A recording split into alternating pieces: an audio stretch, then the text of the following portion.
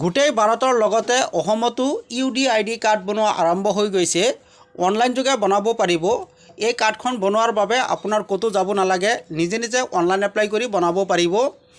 এই কাৰ্ডৰ জৰিয়তে চৰকাৰী বহুত সহায় সুবিধা পোৱা যায়। অতি সহজে অনলাইন এপ্লাই কৰি এই কাৰ্ডখন বনাব পাৰিব। কেনেকৈ অনলাইন এপ্লাই কৰিব লাগে, ফৰ্মখন কেনেকৈ ফিল কৰিব লাগে, মই একেবাৰে সহজভাৱে সম্পূৰ্ণ প্ৰচেছ দেখুৱাম। আপোনালোকে ভিডিঅ'টো কমপ্লিট চাব লাগিব, তেতিয়াহে গোটেইখিনি বুজিব পাৰিব। ইয়াৰ বাবে গুগল ব্ৰাউজাৰ অপেন কৰিব আৰু UDID লিখি সাৰ্চ কৰি দিব। তাৰপিছত ওপৰত যেটো লিংক দিয়া হৈ আছে UDID, এইটো লিংকৰ ওপৰত ক্লিক কৰি দিব। আপোনাৰ সন্মুখত এনেকৈ পৰ্টেলটো অপেন হৈ যাব। এপ্লাই কৰাৰ বাবে তলত চাকতি আছে এপ্লাই নাওৰ ওপৰত ক্লিক কৰি দিব। ক্লিক কৰি দিয়াৰ পিছত আপোনাৰ সন্মুখত এপ্লাই কৰাৰ বাবে এনেকৈ ৰেজিষ্ট্ৰেশ্যন ফৰ্মটো খোল খাই আহিব। এই ফৰ্মটো ফিল কৰিব লাগিব। একেবাৰে সহজ ফৰ্ম। প্ৰথমতে ইয়াত চাকতি আছে পাৰ্সোনেল ডিটেইলছ, ইয়াত আপোনাৰ পাৰ্সোনেল ডিটেইলছ দিব লাগিব। প্ৰথমতে ইয়াত চাকতি আছে এপ্লিকেণ্টছ ফুল নেম, ইয়াত এপ্লিকেণ্টৰ ফুল নাম লিখিব লাগিব। এতিয়া ইয়াত নামটো লিখিব, ইয়াত হিন্দীত নামটো নিজে নিজে আহি যাব। তাৰপিছত এপ্লিকেণ্ট ফাদাৰ্ছ নেম, ইয়াত এপ্লিকেণ্টৰ দেউতাকৰ নামটো লিখিব। তাৰপিছত ইয়াত মাকৰ নামটো লিখিব। তাৰপিছত মোবাইল নম্বৰ, যদি ইমেইল ID থাকে তেনেহ'লে ইয়াত বহুৱাব, আৰু যদি নাথাকে তেনেহ'লে নালাগে। তাৰপিছত ডেট অফ বাৰ্থ, ইয়াত ডেট অফ বাৰ্থটো বহুৱাই দিব আৰু ইয়াৰ পৰা কেটেগৰীটো সিলেক্ট কৰি দিব। জেনেৰেল OBC যিটো হয় সিলেক্ট কৰি দিব আৰু ইয়াৰ পৰা জেন্ডাৰটো সিলেক্ট কৰি দিব। মেল ফিমেল যিটো হয় সিলেক্ট কৰি দিব। তাৰপিছত ব্লাড গ্ৰুপ ইয়াৰ পৰা সিলেক্ট কৰিব লাগিব। এপ্লিকেণ্টৰ যিটো হয় ইয়াৰ পৰা সিলেক্ট কৰিব, আৰু যদি নাজানে তেনেহ'লে এৰি দিব পাৰে। তাৰপিছত ৰিলেশ্যন উইথ পাৰ্সন সিলেক্টত ক্লিক কৰি দিব। আপোনাৰ যিটো হয় সিলেক্ট কৰি দিব। ইয়াত যেটো সিলেক্ট কৰিব, মই ইয়াত ফাদাৰ্ছ সিলেক্ট কৰিছোঁ, ইয়াত দেউতাকৰ নামটো লিখিব লাগিব। তাৰপিছত দেউতাকৰ কন্টেক্ট নম্বৰ ইয়াত বহুৱাব লাগিব।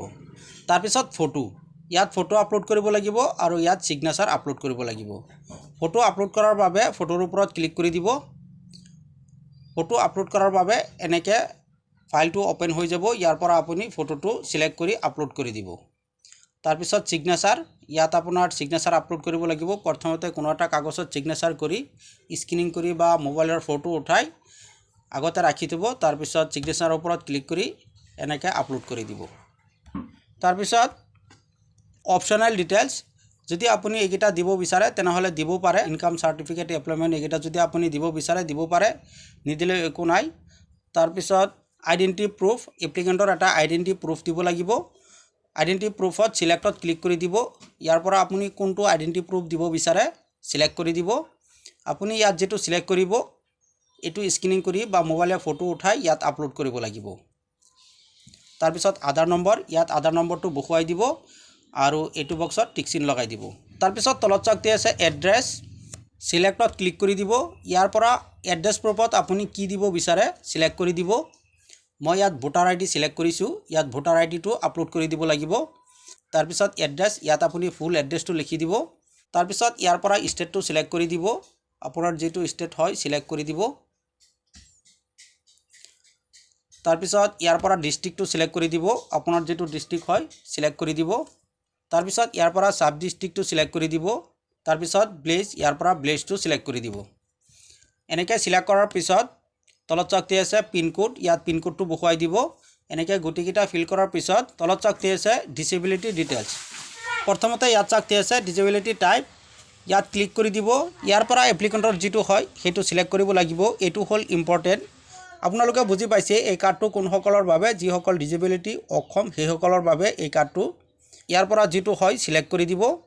তাৰপিছত ডিসেবিলিটি ডিউটো যদি আপুনি এইটো সিলেক্ট কৰিব বিচাৰে তেনেহ'লে কৰিব পাৰে। তাৰপিছত ডিসেবিলিটি বাই বাৰ্থ, ইয়াৰ পৰা আপুনি ইয়েছ নোটো সিলেক্ট কৰি দিব। তাৰপিছত সিলেক্টত ক্লিক কৰি দিব আৰু ইয়াৰ পৰা আপুনি ইয়াৰটো সিলেক্ট কৰি দিব।